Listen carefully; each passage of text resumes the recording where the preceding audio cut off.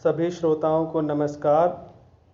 आपके अपने YouTube channel Hindi भाषा और साहित्य में मैं विशाल कुमार फिर से उपस्थित हूँ एक नई कविता के साथ। और आज की कविता है सच्चिदानंद हीरानंद वात्स्यायन अज्ञेय जी की उड़ चल हारिल।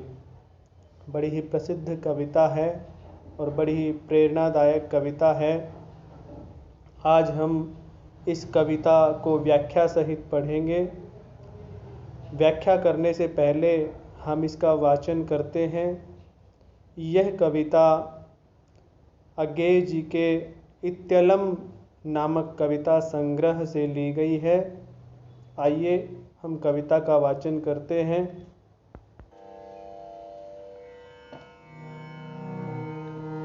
उड़ चल हारिल लिए हाथ में यही अकेला ओछा तिनका। उड़ चल हारिल लिए हाथ में यही अकेला ओछा तिनका। उड़ चल हारिल चल उड़ चल हारिल उड़ चल हारिल चल उड़ चल हारिल। उषा जाग उठी प्राची में कैसी बाट भरोसा किनका। उड़ चल हारिल लिए हाथ में यही अकेला ओछा तिनका। शक्ति रहे तेरे हाथों में छूट न जाए ये चाह सृजन की। शक्ति रहे तेरे हाथों में रुक न जाए ये गति जीवन की। ऊपर ऊपर ऊपर ऊपर बढ़ा चीरता चल दिगमंडल अंथक पंखों की चोटों से नभ में एक मचा दे हलचल। तिनका तेरे हाथों में है अमर एक रचना का साधन। तिनका तेरे पंजे में है विधना के प्राणों का स्पंदन। कांपना यद्यपि दसों दिशा में तुझे शून्य नभ घेर रहा है। रुकना यद्यपि उपहास जगत का तुझको पथ से हेर रहा है। तू मिट्टी था किंतु आज मिट्टी को तूने बांध दिया है। तू सृष्टि था किंतु सृष्टा का गुर तूने पहचान लिया है। मिट्टी निश्चय है यथार्थ पर क्या जीवन केवल मिट्टी है। तू मिट्टी पर मिट्टी से उठने की इच्छा किसने दी है। आज उसी ऊर्ध्वंग ज्वार का तू है दुर्निवार हरकारा। रणध्वज दंड बना यह तिनका सूने पथ का एक सहारा। मिट्टी से जो छीन लिया है वह तज देना धर्म नहीं है। जीवन साधन की अवहेला कर्मवीर का कर्म नहीं है। तिनका पथ की धूल स्वयं तू है अनंत की पावन धूली। किंतु आज तूने इस नभ में क्षण में बद्ध अमरता छू ली। उषा जाग उठी प्राची में आवाहन ये नूतन दिन का। उड़ उड़चल हार लिए हाथ में, एक अकेला पावन तिनका, एक अकेला पावन तिनका, एक अकेला पावन तिनका।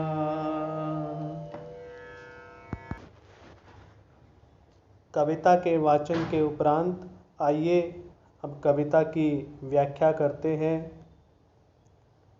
कविता में हारिल पक्षी के माध्यम से अज्ञेय जी ने संदेश दिया है।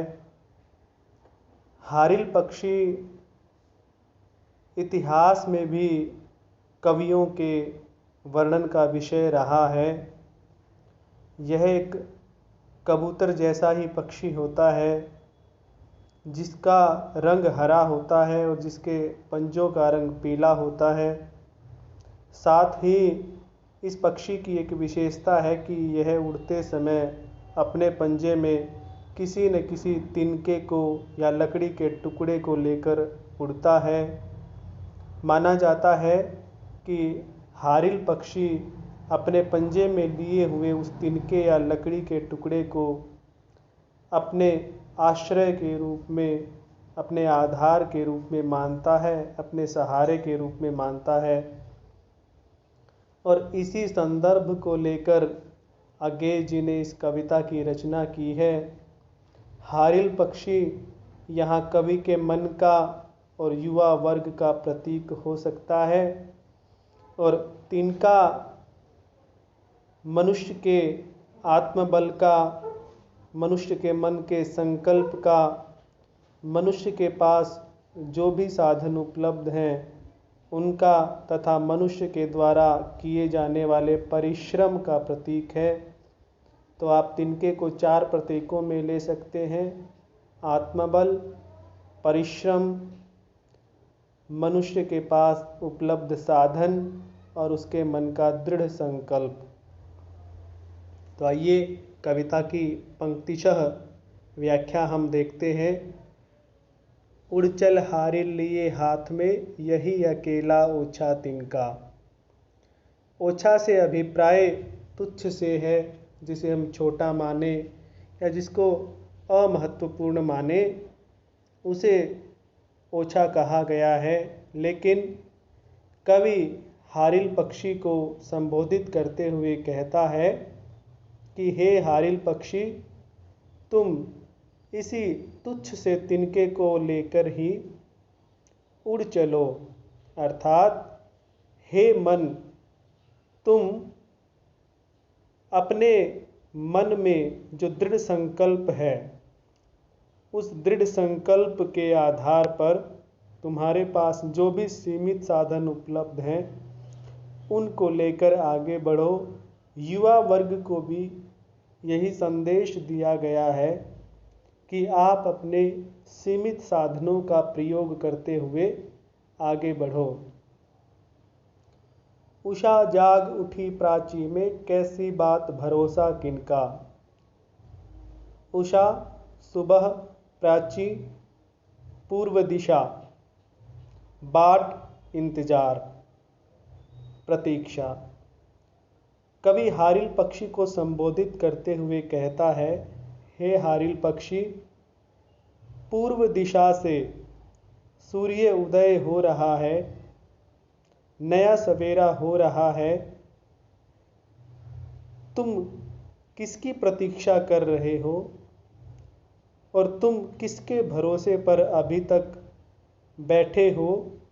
अर्थात तुम्हें अब किसी की प्रतीक्षा नहीं करनी चाहिए और न ही किसी के भरोसे बैठे रहना चाहिए, अपितु तुम्हें तो अपने उन्नति पथ पर आगे बढ़ जाना चाहिए। कवि अपने मन को भी ऐसा ही संदेश देता है कि बिना भरोसे के और बिना किसी का इंतज़ार किए आगे बढ़ चलो। और युवा वर्ग को भी यही संदेश दिया गया है कि उसे किसी अन्य के भरोसे को छोड़कर अन्य किसी का इंतजार किए बिना आगे बढ़ जाना चाहिए। शक्ति रहे तेरे हाथों में, छूट न जाए ये चाह सृजन की। हे हारिल पक्षी, तुम्हारे हाथों में जो ये तिनका रूपी साधन और मन में दृढ़ संकल्प रूपी शक्ति है, यह सदैव तुम्हारे मन में स्थिर रूप से विद्यमान रहे और तुम्हारे मन में नवनिर्माण की जो इच्छा, सृजन नवनिर्माण चाह इच्छा, तुम्हारे मन में नवनिर्माण की जो इच्छा बलवती हुई है वह कभी कम न हो। शक्ति रहे तेरे हाथों में, रुक न जाए ये गति जीवन की। हे हारिल पक्षी, तुम्हारे हाथों में जो नवनिर्माण की शक्ति है, जो ऊर्जा और जो दृढ़ संकल्प, जो आत्मबल तुमने अभी अनुभव किया है, वह तुम्हारे अंदर सदैव बना रहे और तुम्हारे जीवन की गति कभी रुक न जाए। युवा वर्ग को भी कवि अपने मन के माध्यम से यही संदेश देते हैं कि उनके अंदर नवनिर्माण या सृजन की इच्छा कभी भी समाप्त नहीं होनी चाहिए और जीवन पथ में उन्हें आगे बढ़ते रहना चाहिए। उन्नति का मार्ग या उनके जीवन का विकास कभी भी रुकना नहीं चाहिए, क्योंकि उनके स्वयं के जीवन के विकास से ही समाज भी आगे बढ़ता है। ऊपर ऊपर ऊपर ऊपर बढ़ा चीरता चल दिगमंडल।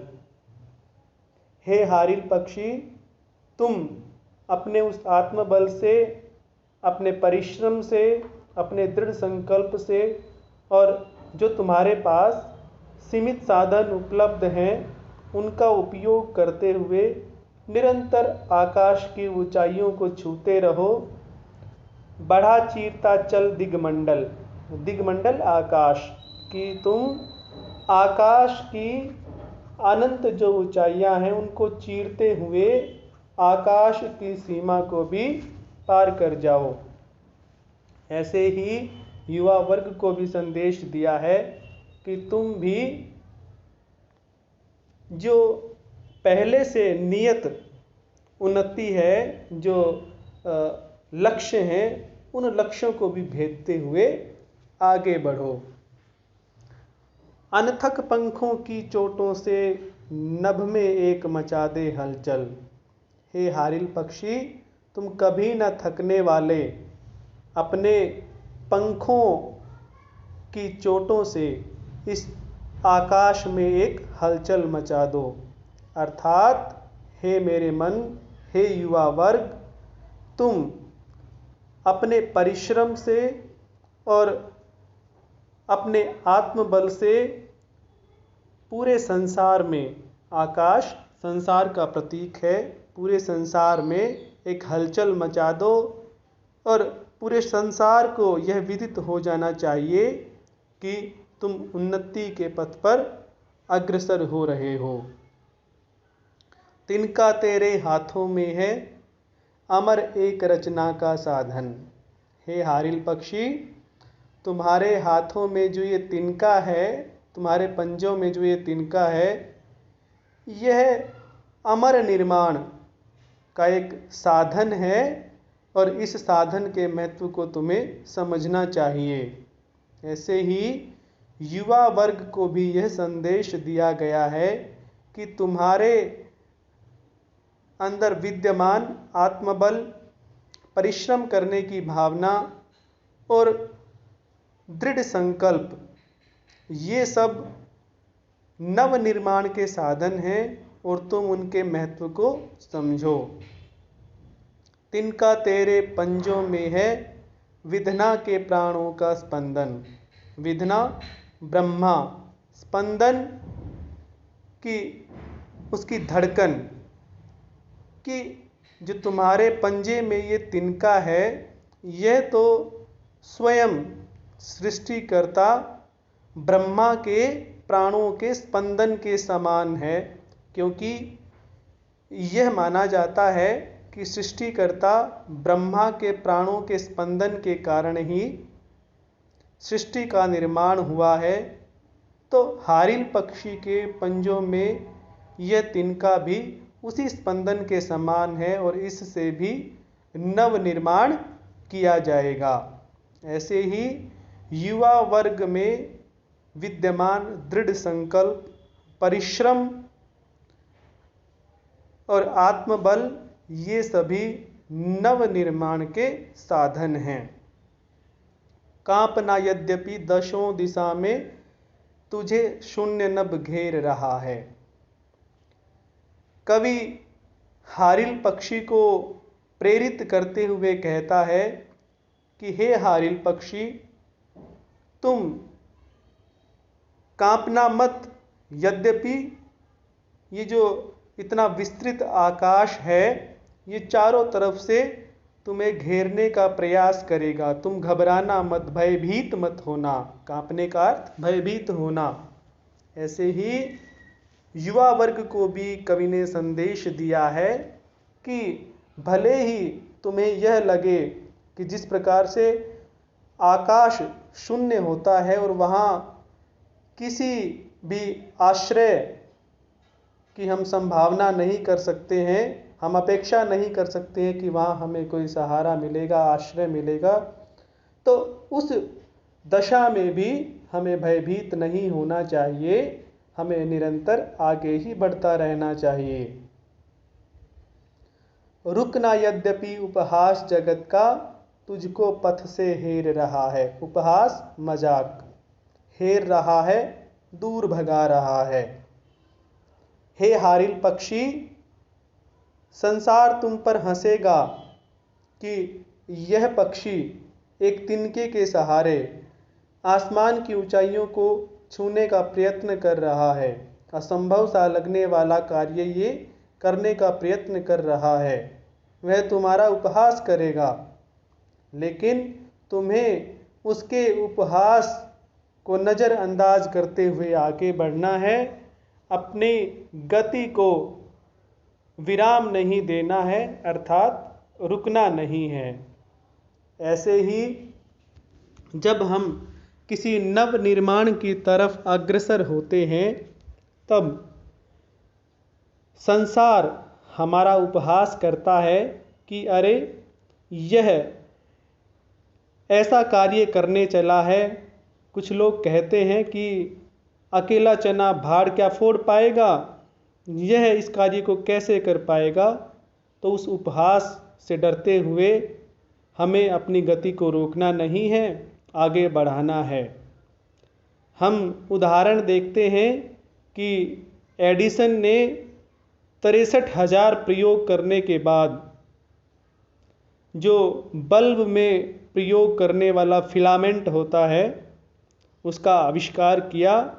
तो उस समय यह भी एक असंभव कार्य ही माना जाता था और कोई भी एडिसन पर हंस सकता था, लेकिन उन्होंने प्रयास किया तो संसार को भी प्रकाशित करने का काम किया। उनका जो बल्ब का आविष्कार है वह नव निर्माण का एक साधन बना। तू मिट्टी था किंतु आज मिट्टी को तूने बांध लिया है। हे हारिल पक्षी, तुम्हारा शरीर तो पंच तत्व यानी मिट्टी से ही बना है, लेकिन तुमने आज उस मिट्टी के बने हुए शरीर को ही इस प्रकार से साध लिया है, इस प्रकार से बांध लिया है, इस प्रकार से अपने इच्छा शक्ति के आत्मबल के अधीन कर लिया है, इस प्रकार से अपने संकल्प के अधीन कर लिया है कि तुम उस मिट्टी से ही, उस अचेतन और उस नश्वर मिट्टी से ही आकाश को छूने के लिए तैयार हो गए हो। तू सृष्टि था किंतु सृष्टा का गुरु तूने पहचान लिया है। गुर मतलब कौशल या कुशलता, जिसको आप इंग्लिश में स्किल कहते हैं। हे हारिल पक्षी, तुम पहले ईश्वर की बनाई हुई सृष्टि थे, अर्थात तुम पहले स्वयं एक रचना थे, लेकिन आज तुमने नव निर्माण का कौशल सीख लिया है। अब तक तुम केवल रचना थे, लेकिन अब तुम स्वयं भी किसी की रचना कर सकते हो। तुमने सृष्टि उत्पन्न करने का गुर कौशल पहचान लिया है।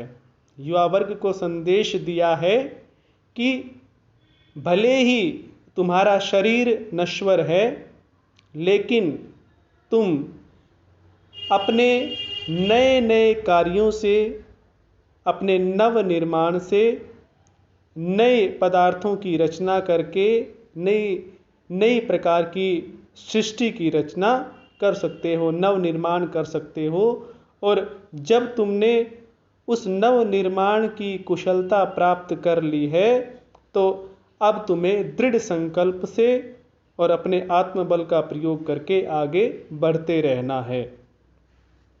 मिट्टी निश्चय है यथार्थ, पर क्या जीवन केवल मिट्टी है। अज्ञेय जी एक शाश्वत सत्य की तरफ इंगित करते हुए कहते हैं कि यह बात निश्चित है कि मिट्टी नश्वर है और जो मनुष्य है वह मिट्टी से ही बना है और मिट्टी में ही उसे मिल जाना है।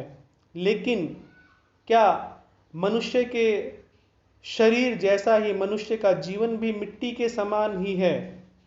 इस बात पर विचार करने के लिए अज्ञेय जी कहते हैं कि क्या जीवन भी उस मिट्टी के समान ही है? अज्ञेय जी का मानना है ऐसा नहीं है। भले ही शरीर नश्वर है, मिट्टी के समान है, लेकिन मनुष्य जीवन बहुत से कार्य करने के लिए मिला है और समाज में नव निर्माण करने के लिए मिला है।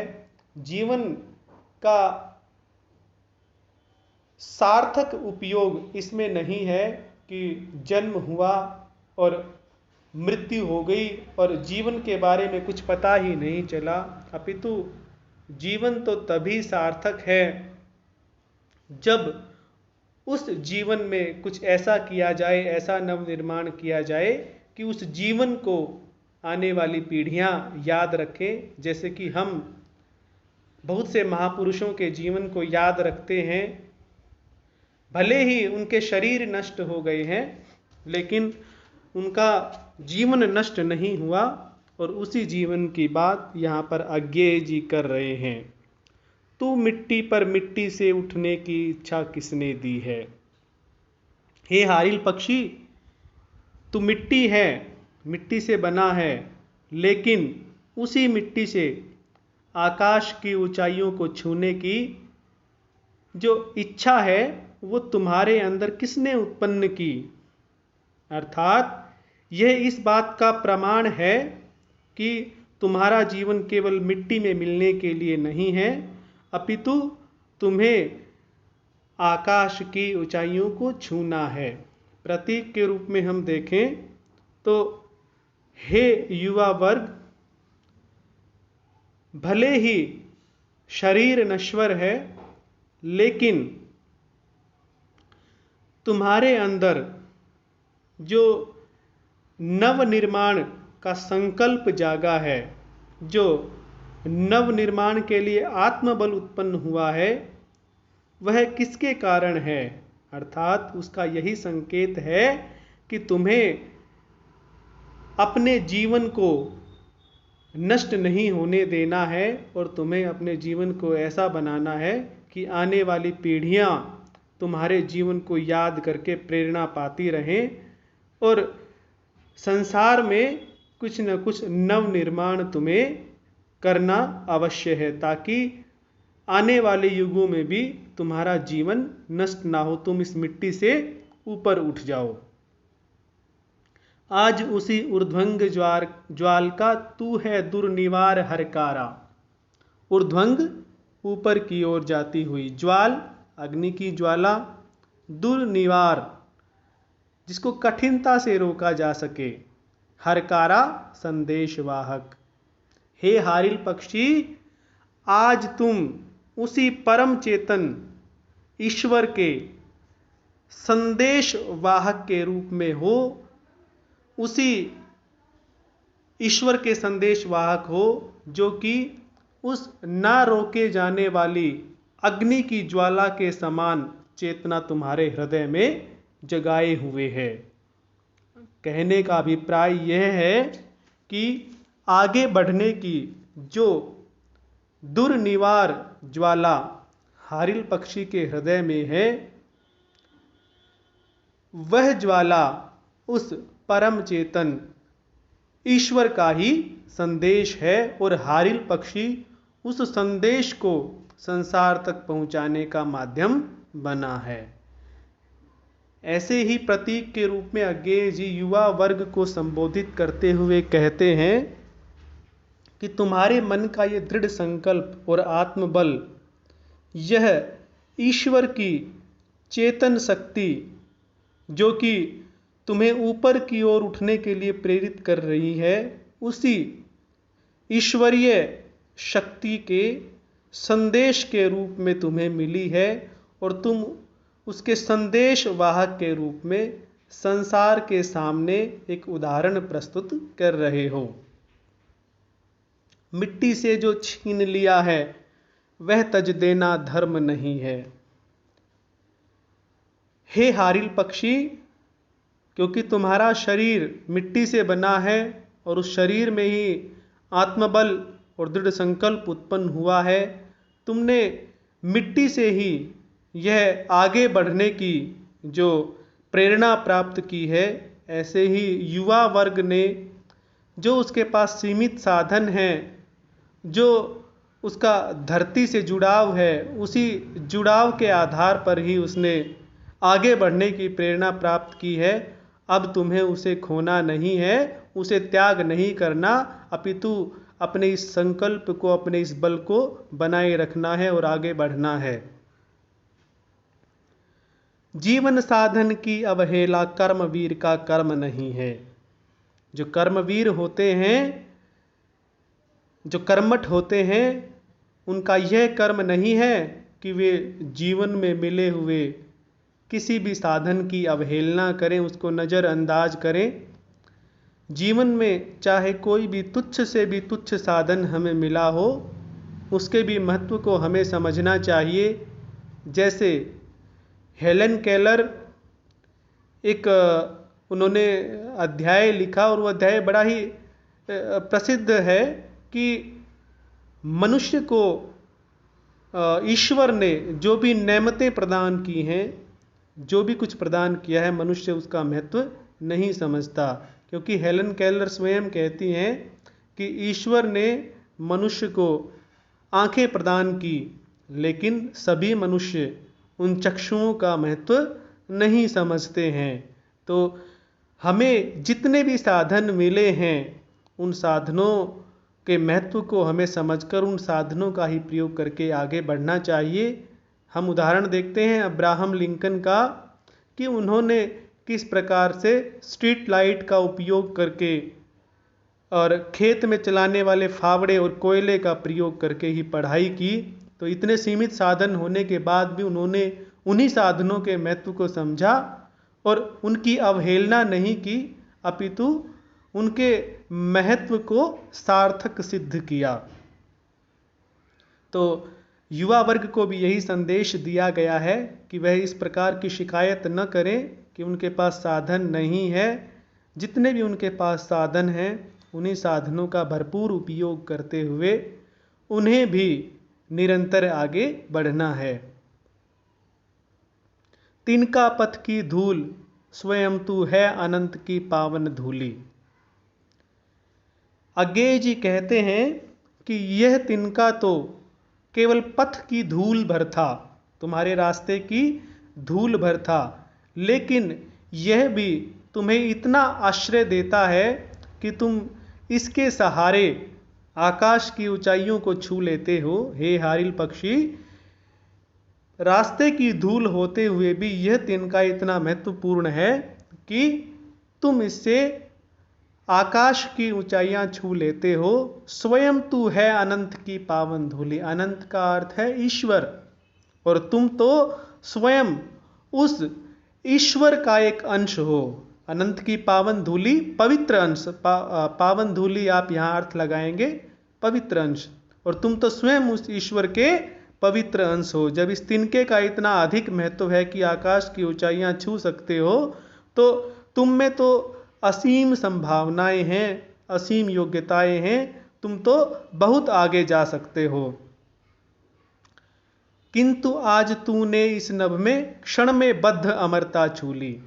लेकिन आज इस क्षण में तुमने इस आकाश की ऊंचाई को छूकर अमरत्व प्राप्त कर लिया। भले ही तुम नश्वर थे, लेकिन तुमने अमरता को प्राप्त कर लिया तिनके के माध्यम से, और तुम तो स्वयं ही ईश्वर का पावन अंश हो।